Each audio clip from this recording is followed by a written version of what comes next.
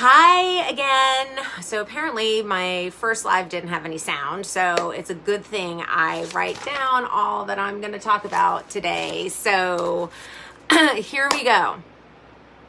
Empaths, we are a fickle crew. It is so hard for us to have a regular job, especially because we just feel everything. So in general, empaths are visionaries. We're artists, we're healers, we're creators, and we are out of the box thinkers. We just have different brains and different energy fields than everybody else on the planet. And because of this, the 9-to-5 job, corporate job, a lot of times doesn't work for us.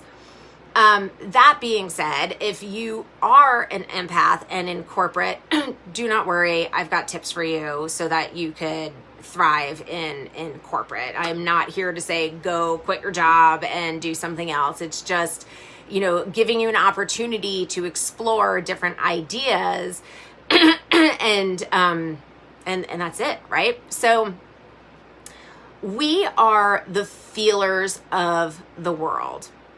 And our job is to create and contribute to the higher good and the greater good of the planet.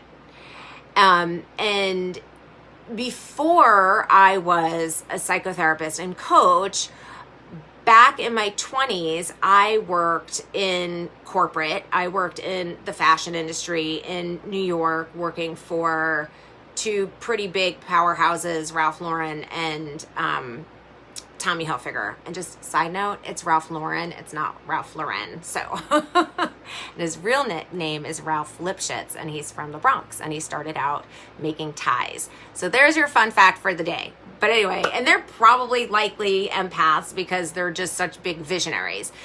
But so I'm sitting here working in corporate, and it just sucked. And I, even back in my 20s, I remember thinking, like, I don't get it. Like, I'm like working 10 hours a day to do what? To like put buttons on a jacket, or, and I couldn't understand the concept of climbing the ladder. I was like, what are we climbing the ladder to? To what? To like put more money in their pockets? Like, it just like literally made no sense to me.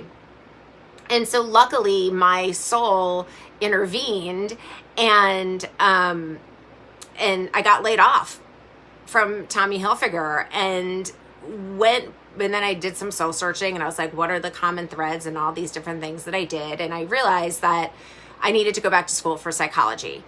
And my empath soul was so happy because it was meaningful. And we thrive, empaths thrive at being self-employed and or working in smaller companies so that we could avoid the drain of working with too many people.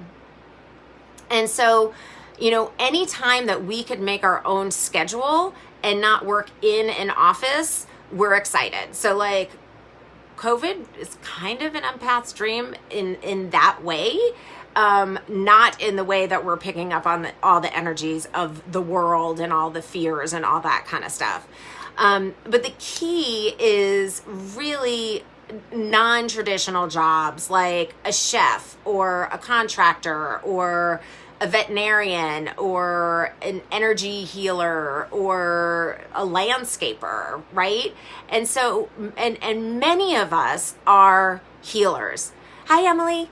And so healers and healing professions could take so many different forms, but the key is that we're using our like big, huge feeling hearts to help others. And so whether that be as a psychotherapist or a coach or a yoga teacher or a veterinarian, because there are animal empaths out there that just have that connection with animals. And again, landscaping, because there's the earth empaths out there that just, we just need to be out in nature. that, it is about giving back and contributing to our planet. And so, we as empaths, if we could avoid sitting at a computer all day, which is exhausting, and like I am feeling it now because what I do, I don't sit in front of a computer all day. And since COVID, I have to sit in front of a computer all day. And that's been one of the biggest stretches for me, is like being in front of a computer, because it's super draining. And so, any sort of high pressure job with a lot of people, like, sales or customer support, or like, working on the floor of the stock exchange, like, oh my God, I think I would, like, which my grandmother did, by the way. She was a runner on the floor of the stock exchange, like back in the 40s. Like, she was a fucking badass. Anyway, but anything high pressure, high stakes, like a lot of people, and being in front of a computer is not great for us. And because you're taking in all of the emotions and the energies of everybody that you're interacting with. And, and that's pretty draining for empaths. And so, if you're in the 9-to-5 corporate gig, make sure that your boundaries and your soul care are like front and center. So you also have to, like, in ways you could do that. And again, like, we're all working from home, but still, like, there are different ways that you could vibe out your workspace so that you could balance the, not have your energy drained. And so one of the things that I love to use is a Himalayan salt lamp. And that, yes, sitting in front of a computer is super draining. Emily, you got some tips coming your way. Okay, so one of the things is get a Himalayan salt lamp. Those are those really cool orange ones, and I have one sitting in one of my offices that I keep meaning to go to my office and bring them back because I need it here. And so what it does, like, your computer radiates out positive ions. It's like that blue screen, whether it's your tablet or your phone or your computer, that light coming out, it are positive ions. And so, which is the draining piece. So a Himalayan salt lamp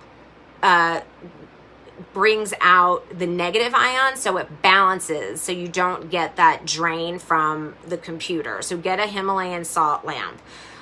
You could also get some sprays, which cleanses your energy field, like rose water or lavender or sage spray, and it's awesome. Again, I don't have it right here, but I have it downstairs, and I have one that's rose water sage spray, and you could just spray yourself and it just cleanses your energy field. And you could actually get it on Amazon for like, I don't know, $11 or something. It's awesome.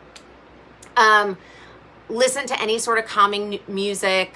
Bonus if you could put headphones on. And again, nobody's really working in an office right now, but think back to when you were in an office, and if you were in an open space, headphones.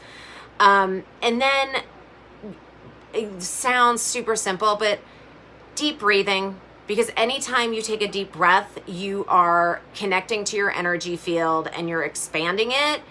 And you're also protecting yourself. So imagine yourself in like a white bubble or like a vortex of light, especially if you're about to have some sort of go into a high stakes meeting, or, you're going to be in, have a Zoom call with 40 people. And, so imagine yourself in a column of light or in a bubble of light so that you don't get drained.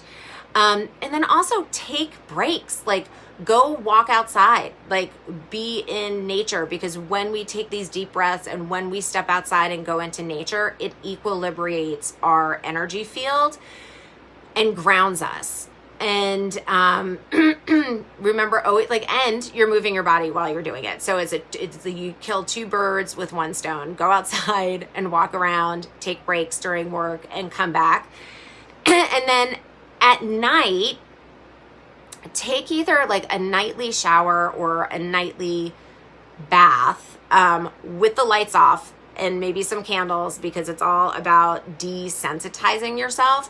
And when we are in water, whether it's a bath or a lake or a shower or the ocean or the rain or drinking a lot of water, water calms our soul.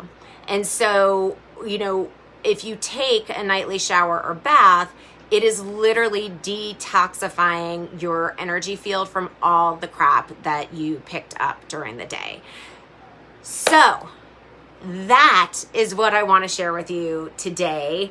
I'm glad the sound is now working. And I would love to hear from you and hear about any kind of tips that you have done to soothe your empath soul while working. Or, if your career isn't the right career for you, or if you're in corporate and you're giving back, I want to hear about that too, because we all have to change the systems and be the change. So like, if you're in corporate, stay in corporate and like take the systems down, women.